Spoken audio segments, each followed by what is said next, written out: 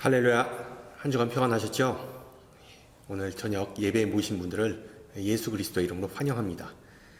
우리 수요 저녁 예배를 성부, 성자, 성령의 이름으로 드립시다. 우리 함께 사도신경으로 신앙 고백합니다.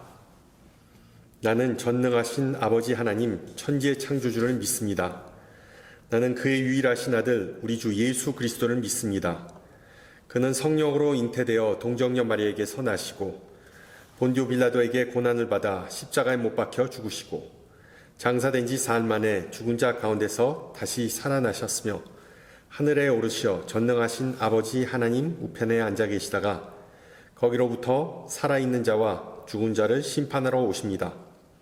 나는 성령을 믿으며 거룩한 공교회와 성도의 교제와 죄를 용서받는 것과 몸의 부활과 영생을 믿습니다.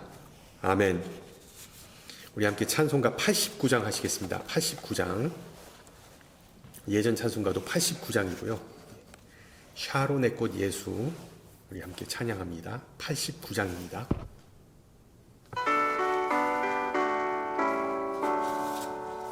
샤론의 꽃 예수 나의 마음에 거룩하고 아름답게 피소서.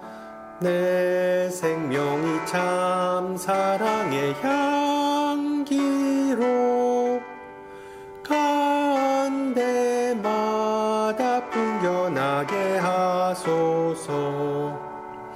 예수 샤론의 꽃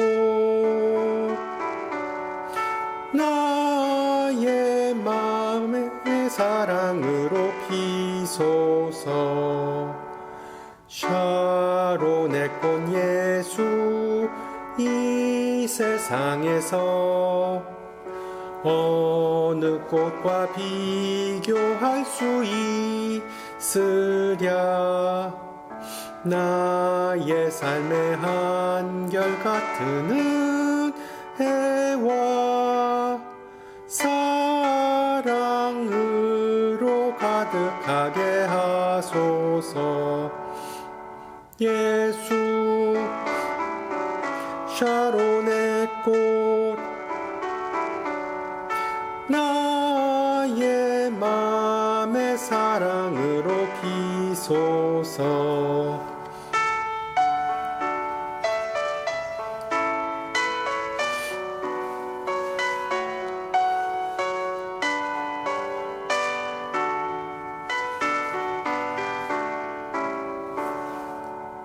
샤론의 꽃 예수 모든 질병을 한이 없는 능력으로 고치사 고통하며 근심하는 자에게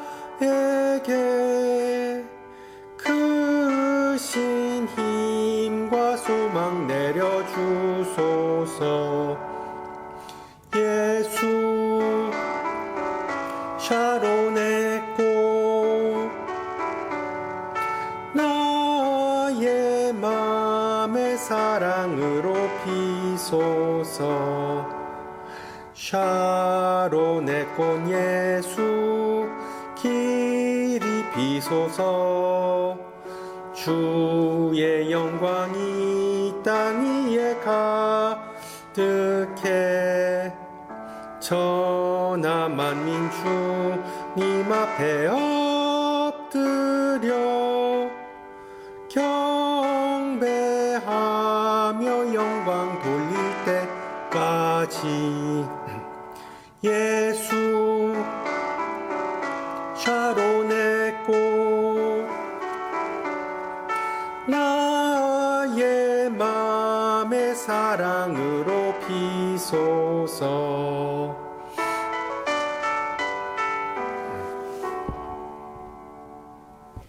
아멘. 하나님께서 오늘 저녁 우리에게 주신 말씀 사무엘상 26장 6절에서 12절입니다. 제가 가진 성경으로 구약 454페이지입니다. 사무엘상 26장 6절에서 12절 말씀을 받들어 봉독합니다. 이에 다윗이 햇사람 아히멜렉과 스루야의 아들 요압의 아우 아비새에게 물어 이르되 누가 나와 더불어 진영에 내려가서 사울에게 이르겠느냐 하니 아비새가 이르되 내가 함께 가겠나이다. 다윗과 아비새가 밤에 그 백성에게 나아가 본즉 사울이 진영 가운데 누워 자고 창은 머리 곁땅에 꽂혀 있고 아브넬과 백성들은 그를 둘러 누웠는지라. 아비새가 다윗에게 이르되 하나님이 오늘 당신의 원수를 당신의 손에 넘기셨나이다. 그러므로 청하오니 내가 창으로 그를 찔러서 단번에 땅에 꽂게 하소서. 내가 그를 2번 찌를 것이 없으리이다 하니 다윗이 아비새에게 이르되 죽이지 말라. 누구든지 손을 들어 여호와의 기름 부음 받은 자를 치면 죄가 없겠느냐 하고 다윗이 또 이르되 여호와께서 살아계심을 두고 맹세하노니 여호와께서 그를 치시리니 혹은 죽을 날을 이르거나 또는 전장에 나가서 망하리라. 내가 손을 들어 여호와의 기름 부음 받은 자를 치는 것을 여호와께서 금하시나니 너는 그의 머리 곁에 있는 창과 물병만 가지고 가자 하고 다윗이 사울의 머리 곁에서 창과 물병을 가지고 떠나가되 아무도 보거나 눈치채지 못하고 깨어있는 사람도 없었으니 이는 여호와께서 그들을 깊이 잠들게 하셨으므로 그들이 다 잠들어 있었기 때문이었더라. 아멘. 시간이 참 빨리 가네요. 벌써 열매 맺는 삶 시리즈를 마무리 짓게 됐습니다. 무엇보다 본 여름과 그리고 가을에 걸친 긴 여정을 잘 걸어오신 분들에게 감사와 그리고 칭찬을 보내드립니다. 참고로 오늘은 성령의 마지막 열매, 9번째 열매인 절제에 대해서 함께 나누는 시간을 좀 갖고자 합니다. 저는 예전에 노스캐롤라이나에 있는 듀크 신학대학원에서 2년 동안 공부했습니다. 듀크 대학 하면 먼저 떠오르는 것은 바로 농구 명문입니다. 농구팀, 농구 명문. 특히 학생들이 농구 시합을 얼마나 좋아하는지 그 맞수 라이벌 대학팀과 시합이 있으면 표를 구매하기 위해 며칠 전부터 그 텐트를 치고 줄을 섭니다. 공부하는 게 아니라 그냥 그 농구 시합에 목숨을 겁니다. 그리고 언젠가는 캠퍼스 내에서 이런 티셔츠를 입고 다니는 학생을 봤습니다. 앞면에는 티셔츠 앞면에는 You can talk the game, but can you play the game? You can talk the game, but can you play the game? 뭐 우리말로 하면 시합은 말이 아니라 몸으로 보여주는 거다 쯤이 되겠죠. 그리고 그 티셔츠 뒷면에는 We can play, 즉 우리는 할 수 있다, 우리는 몸으로 보여준다 였습니다. 저는 그 인쇄된 문구를 보면서 우리 신앙인들에게 적용되는 원리라고 생각했습니다. Can you play the game? 많은 그리스도인은 복음에 관하여 이론으로는 빠삭합니다. 특히 우리 목사들은 복음에 대해 할 얘기가 참 많습니다. 그런데 아이러니하게도 목사들이 욕먹는 이유 중에 하나는 삶으로 말을 하지 않는다는 것입니다. 마찬가지로 신앙인들이 세상 사람들로부터 욕먹는 이유 중에 하나는 말만 많고 언행이 일치하지 않는다는 것입니다. 반성해야 할 부분이죠. 복음은 무슨 야구 경기나 축구 시합 해설하는 것이 결코 아닙니다. 우리가 예수님으로부터 증인으로 부름을 받은 이유는 복음을 가지고 말만 하라는 것이 아니라 발로 뛰라는 것입니다. 몸으로 뛰라는 것입니다. 바꾸어 말하면 저와 여러분은 그냥 TV 앞에서 시합을 즐기는 사람이 아니라 경기장에 가서 필드에 가서 정말 직접 가서 뛰고 그리고 최선을 다하여 승리를 쟁취하는 것이 우리의 목적이자 존재의 이유입니다. 그런데 막상 복음을 말이라 이론이 아닌 몸으로 실천하기는 쉽지 않습니다.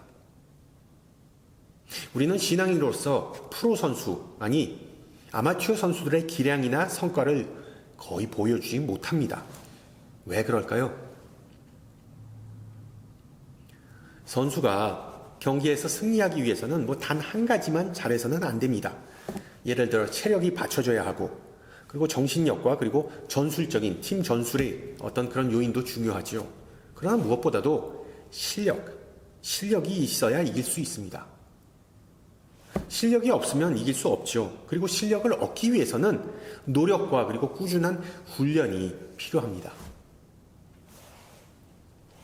성경에서는 훈련이라는 말을 독특한 용어로 사용하고 있는데 그것은 바로 절제, 영어로 self-control입니다. self-control. 승리를 얻는데 가장 중요한 요소는 절제라는 훈련과 연관이 된다는 뜻입니다. 그래서 사도 바울도 경주자, 마라토너의 은유를 사용하면서 신앙인은 자기 희생과 절제를 통해 최선의 기량을 발휘하고 승리할 수 있다고 말합니다. 이 절제라는 말은 본래 히라버의 에크라테이아라는 단어입니다. 그리고 그 에크라테이아라는 단어는 크라토스라는 단어에서 유래되었습니다. 이 크라토스는 우리가 가진 모든 종류의 욕망을 훈련의 목적으로 자제한다는 뜻입니다. 또한 중요한 점은 이 크라토스는 무조건 절제하는 것을 의미하는 것은 아닙니다. 무조건 아무것도 하지 않는 것은 아닙니다. 가진 능력과 힘을 조절하여 필요한 곳에만 집중한다, 사용한다는 뜻입니다. 곧 훈련을 통하여 능력과 힘을 엉뚱한 곳이 아닌 필요한 곳에 집중하여 사용하는 것이 바로 크라토스입니다. 여러분도 아시다시피 우리 인간이 가진 능력과 잠재력은 꽤 대단하죠. 문제는 그 능력과 잠재력을 다 사용하지 못한다는 데 있습니다. 우리가 가진 그 능력을 필요한 곳에 집중하여 사용하는 것이 바로 절제, 크라토스, 셀프-컨트롤입니다. 한 가지 짚고 넘어가야 할 부분은 절제에는 분별력이 반드시 필요하다는 것입니다. 과거에는 참고 사는 것이 미덕이라는 말이 있었죠. 무조건 묵묵히 그냥 아무런 소리 없이 그냥 죽어서 그냥 견뎌내는 것이 그것이 최고라고 생각했습니다. 그러나 현대 들어서 가족 간의 갈등이나 심지어 가정 학대 아니면 직장에서 받는 스트레스를 무조건 참고 버티는 그것은 결코 능사가 아니죠. 그것은 오히려 우울증을 유발하는 가장 큰 요인이라고 정신과 전문의들은 목소리를 모읍니다. 또 다른 한편으로 어릴 적에는 감정 표현에 솔직했던 사람들이 나이가 들수록 이성적으로 좀 행동하려고 하고 감정을 느끼고 표현하는 데 점점 인색해집니다. 그것을 감추고자 합니다. 먹고 살기 바쁘다는 이유로 정작 자기 자신을 돌보는데 무심해지기 때문이죠. 물론 원만한 사회생활과 대인관계를 위해서는 감정적으로 대응하는 것은 우리가 조심할 필요가 있습니다. 그것은 도움이 안 될 때가 많죠. 그러나 우리 정신건강에 있어 감정을 무조건 억제하고 억누르고 통제하는 것은 도움이 안 됩니다. 때로는 느낌 그대로 솔직하게 받아들이고 내가 화났다, 내가 슬프다, 내가 기쁘다. 그리고 그 감정에 충성하게 살다 보면 인생이 훨씬 더 살만해지고 그리고 또한 풍요롭게 되겠죠. 그래서 저는 요즘 음악을 듣거나 영화를 보면서 갑자기 눈물을 흘리는 경우가 점점 많아집니다. 감동적인 이야기를 들으면 마음이 저리고 여운이 오래 가기도 합니다. 그러면서 인간의 감정이 중요하고 그 감정도 나의 일부, 하나님께서 나를 창조하셨을 때 주신 선물이라는 것을 깨닫게 됩니다. 구약에 나오는 많은 유인도 감정을 솔직하게 표현했죠. 그 대표적인 사례가 바로 태 열매를 갖지 못하여서 수모를 당했던 한나였습니다. 한나는 성막에 가서 울고 싶을 만큼 실컷 울었습니다. 그러나 엘리 제사장으로부터 샬롬의 메시지를 들은 후에 시원한 마음과 그리고 가벼운 발걸음으로 집으로 다시 돌아갔다고 기록합니다. 그리고 모든 것을 다 하나님께 맡김으로 새로운 시작, 자신의 삶 속에서 여호와께서 새롭게 시작하는 것을 경험했습니다. 저는 무조건 절제한다고 모든 것이 좋은 것은 아닙니다. 절제해야 할 것은 절제하고 절제하지 말아야 할 것은 그냥 절제하지 않는 것. 이것이 올바른 절제입니다. 하나님께서 우리에게 주신 좋은 특징, 달란트가 있습니다. 그게 어떤 특징이 좋은 것인지는 바로 그리스도의 몸된 교회를 세우는가를 통해서 알 수 있죠. 남을 세우는 것은 바로 하나님께서 우리에게 주신 좋은 특징입니다. 그런 것은 우리가 마구마구 사용하고 그리고 또한 절제할 필요가 없겠죠. 그러나 우리 안에 왜곡된 자존심이나 욕망 있습니다. 자기 자신만의 유익을 추구하거나 자신의 마음대로 다른 사람을 조종하려고 하는 그런 모습도 존재합니다. 그런 것들은 우리가 절제해야 합니다. 이처럼 절제에서 중요한 것은 어떤 것을 절제하느냐는 것입니다. 그리고 그 절제된 힘을 어디에 사용하느냐가 관건입니다. 오늘 본문을 통해서 우리는 바른 절제, 올바른 절제를 선택하였고 그 절제된 힘을 바른 곳에 사용했던 한 인물을 만나게 됩니다. 그는 다름 아닌 다윗이었습니다.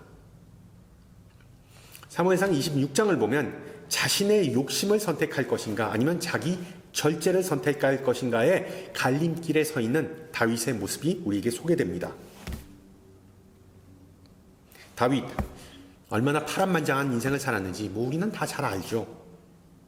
이스라엘 초대 왕이었던 사울은 다윗에 대한 그 질투심과 다윗이 자신의 왕자를 차지할 것 같다는 그 파라노이아, 두려움으로 인해서 다윗을 제거하고자 했습니다.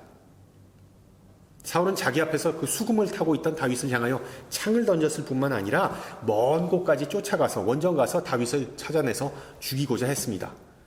여러분, 다윗은 도대체 그런 대접을 받을 만한 어떤 이유가 있었을까요? 아니죠. 실질적으로 다윗은 사울에게 아무런 잘못을 하지 않았지만 그가 오직 자신의 왕권을 위협한다는 그 피해망상으로 인해 다윗은 목숨의 위험을 겪게 됩니다.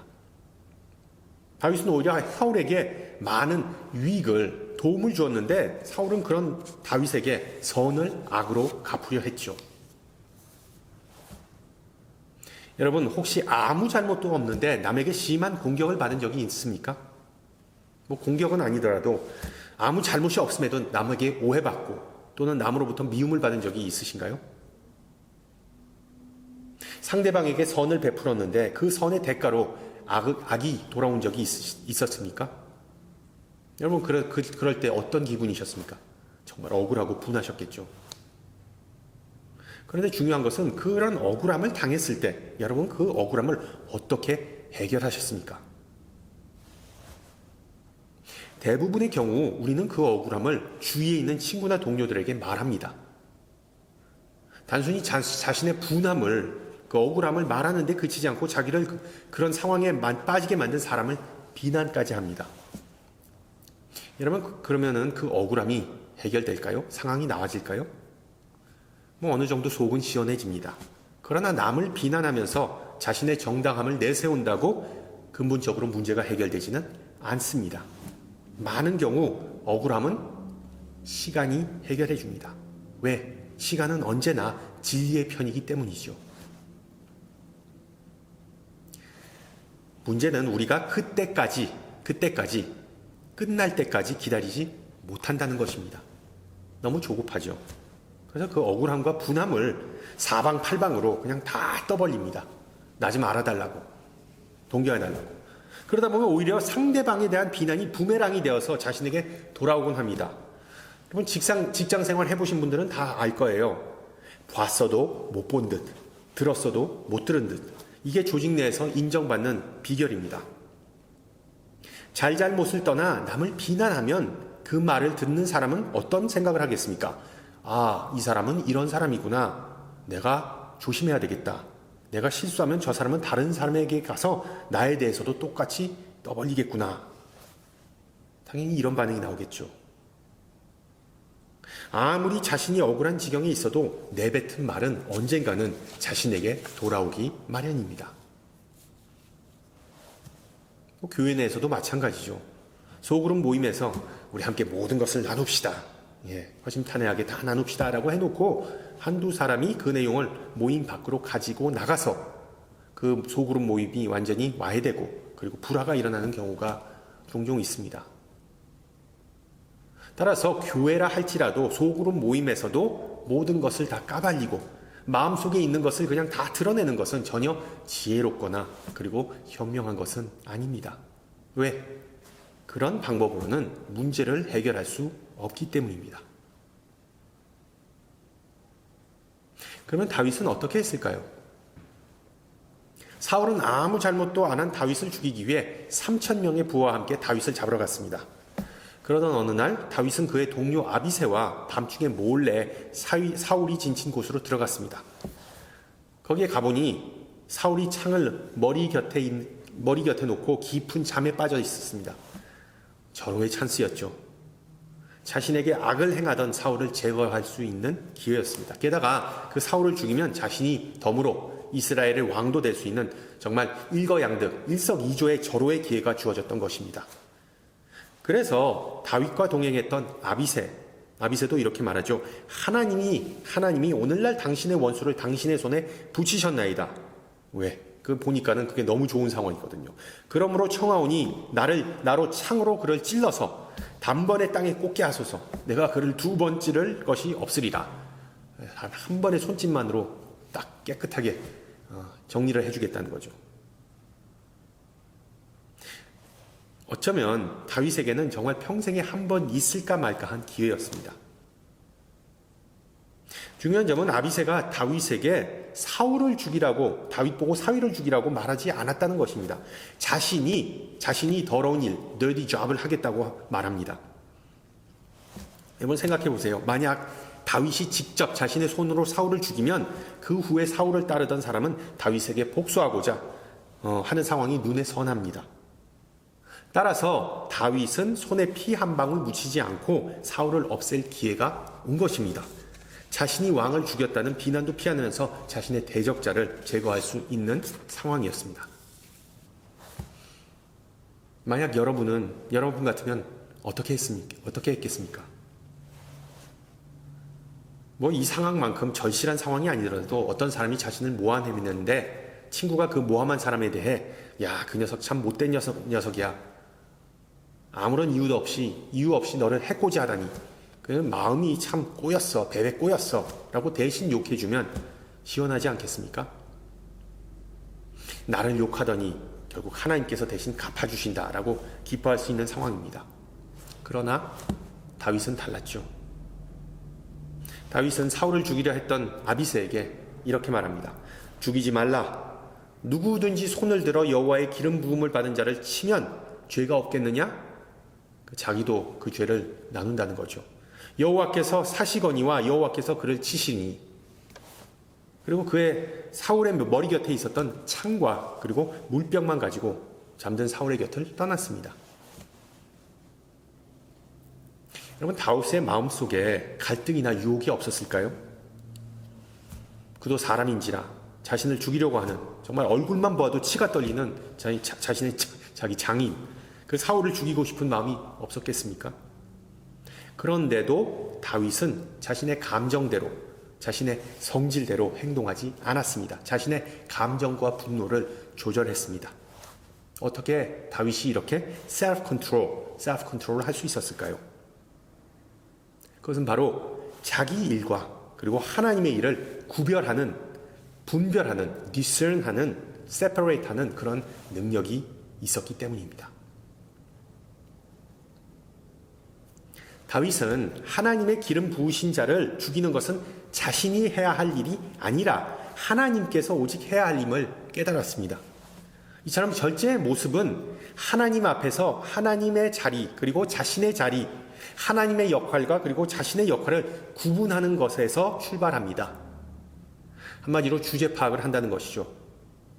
네가 뭔데 하나님 대신 하나님의 일을 하려고 하느냐.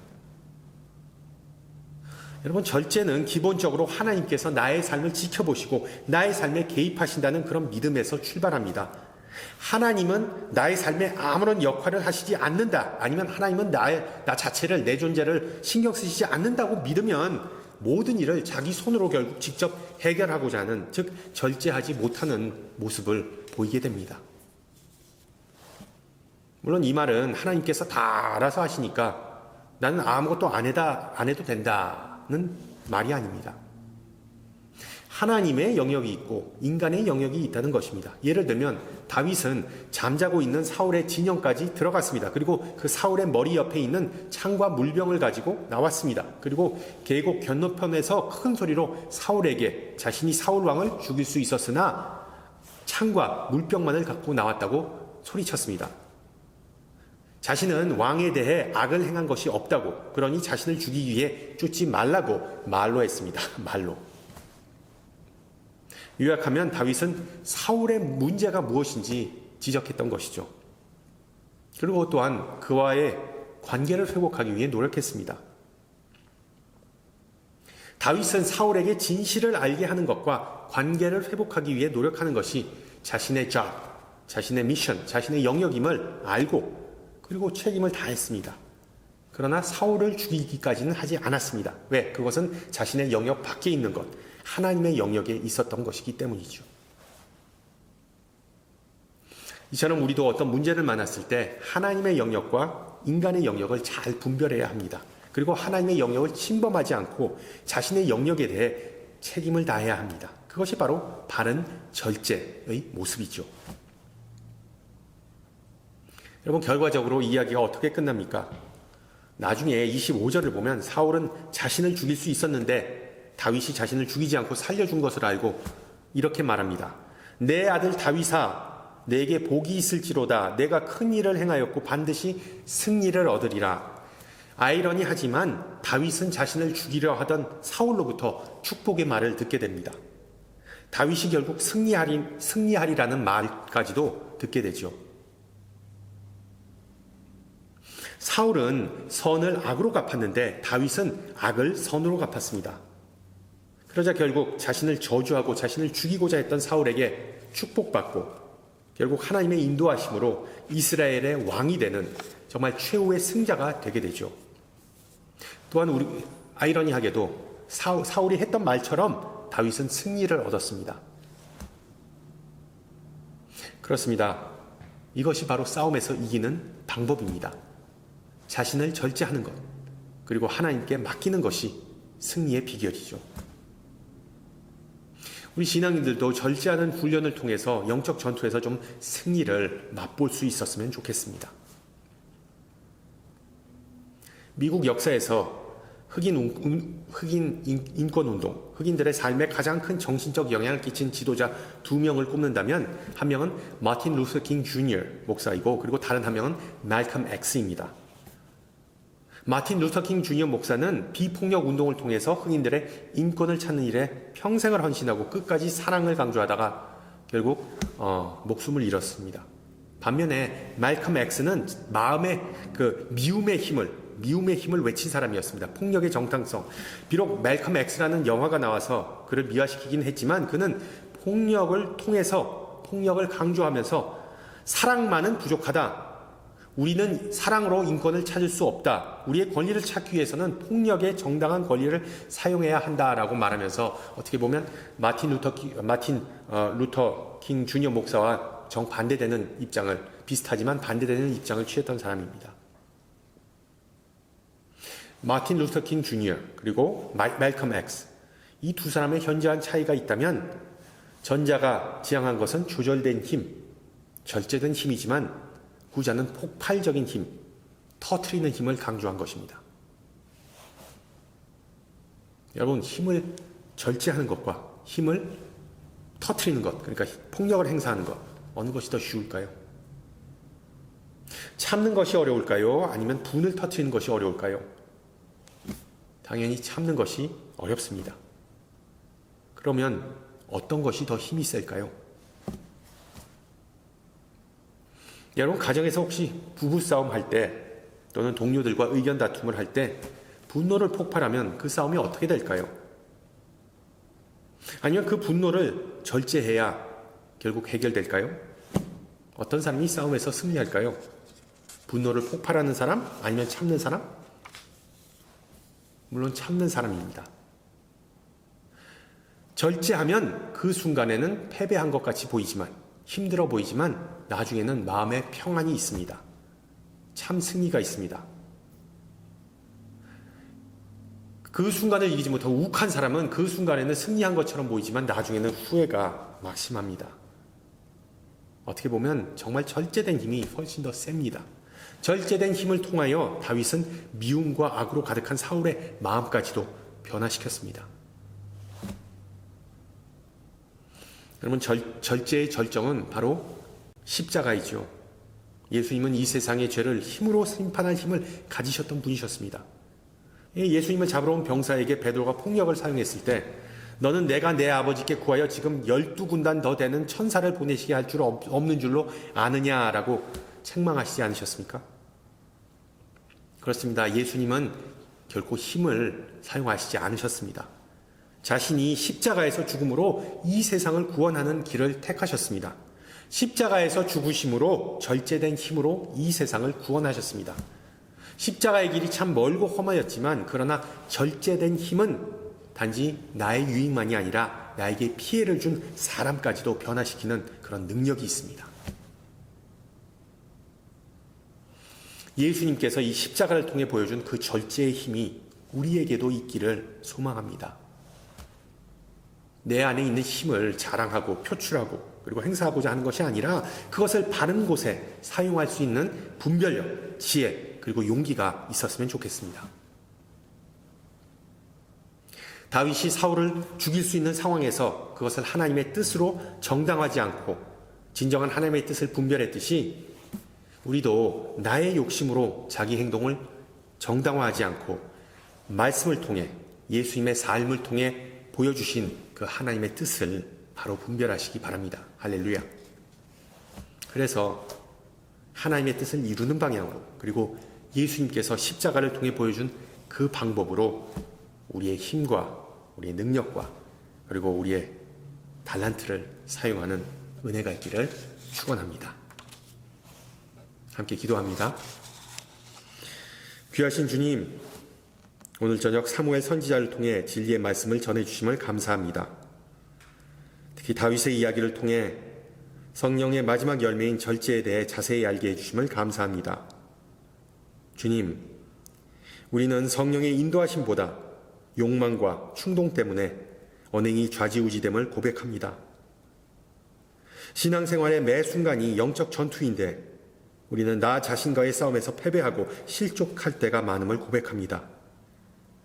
우리의 교만과 자아 때문에 하나님의 뜻과 때와 방식을 의지하거나 선택하지 않고 인간의 뜻과 때와 방식을 맹목적으로 따라가는 연약한 우리를 용서해 주시옵소서. 묵묵히 하나님의 뜻을 받들어 십자가를 지신 그 예수님의 겸손하고 절대된 삶을 바라보고 본받기를 기도합니다. 인간의 힘과 능이 아닌 오직 성령님의 역사하심을 통해 이것이 가능하오니 성령께서 우리를 온전히 주관하기를 간구합니다. 또한 우리에게 주어진 몫을 최선을 다해 이루기를 다짐하오니 주님, 부디 은혜를 내려주시고 실족하지 않게 권능의 손으로 붙잡아 주시옵소서. 함께 주님 가르쳐 주신 기도합니다. 하늘에 계신 우리 아버지, 아버지의 이름을 거룩하게 하시며 아버지의 나라가 오게 하시며 아버지의 뜻이 하늘에서와 같이 땅에서 이루어지게 하소서. 오늘 우리에게 일용할 양식을 주시고 우리가 우리에게 잘못한 사람을 용서해 준 것 같이 우리 죄를 용서하여 주시고 우리를 시험에 빠지지 않게 하시고 악에서 구하소서. 나라와 권능과 영광이 영원히 아버지의 것입니다. 아멘. 네, 예배를 마쳤습니다. 또 한 주간 동안 강건하시고요. 항상 절제된 삶을 통해서 하나님께 영광 돌리는 그런 귀한 역사가 있기를 소망합니다. 저는 다음 주 이 시간에 뵙겠습니다. 샬롬.